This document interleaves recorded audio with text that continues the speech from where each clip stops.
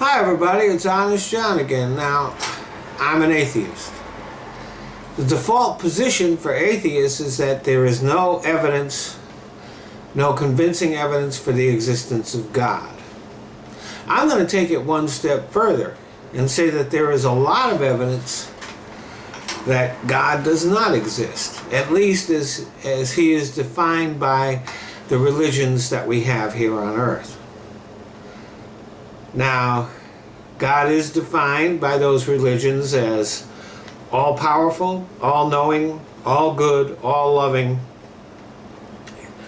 and perfect. So, does the universe that we live in reflect the efforts of a master creator? You know, there's this whole intelligent design argument. Does our universe suggest intelligent design? No, it does not. First of all, if this whole creation thing was all about us, how come the universe is not centered on us, as was originally believed by the people who created the religions that we know today?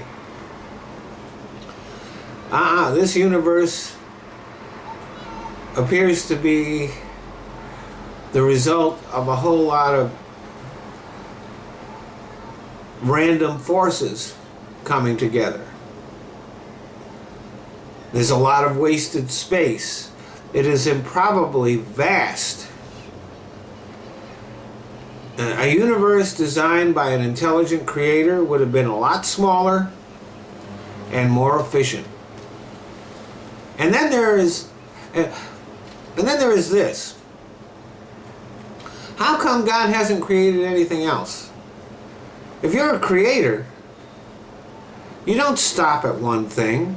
Poets don't stop at one poem. Sculptors don't stop at one statue. But God had this incredible burst of creativity and then hasn't done a thing since. And then there is us.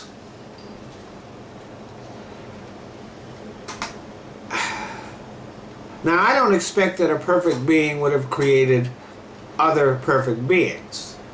That would have been creating other gods, and I'm sure he didn't want to do that. He wouldn't have wanted to do that.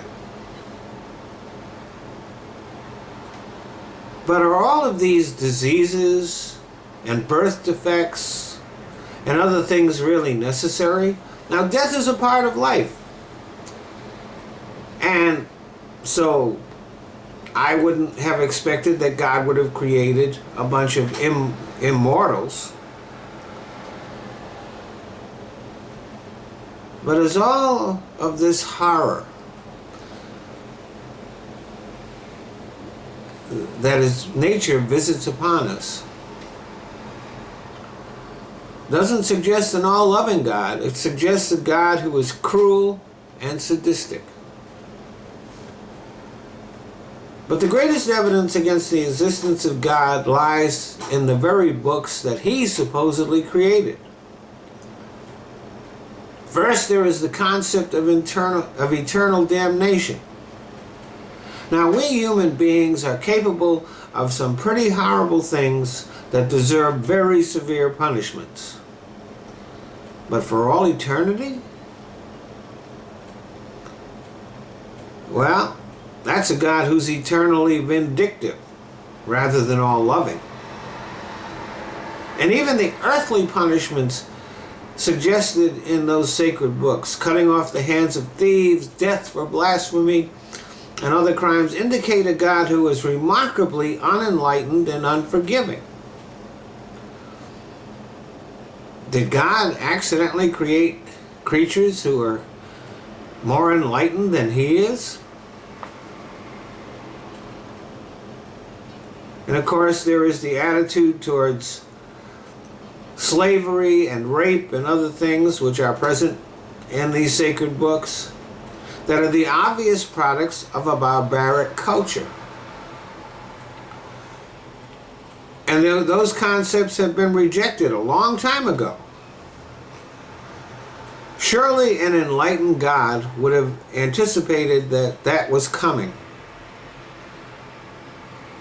In short, not only is there no convincing evidence that God exists, there is a lot of evidence that he doesn't.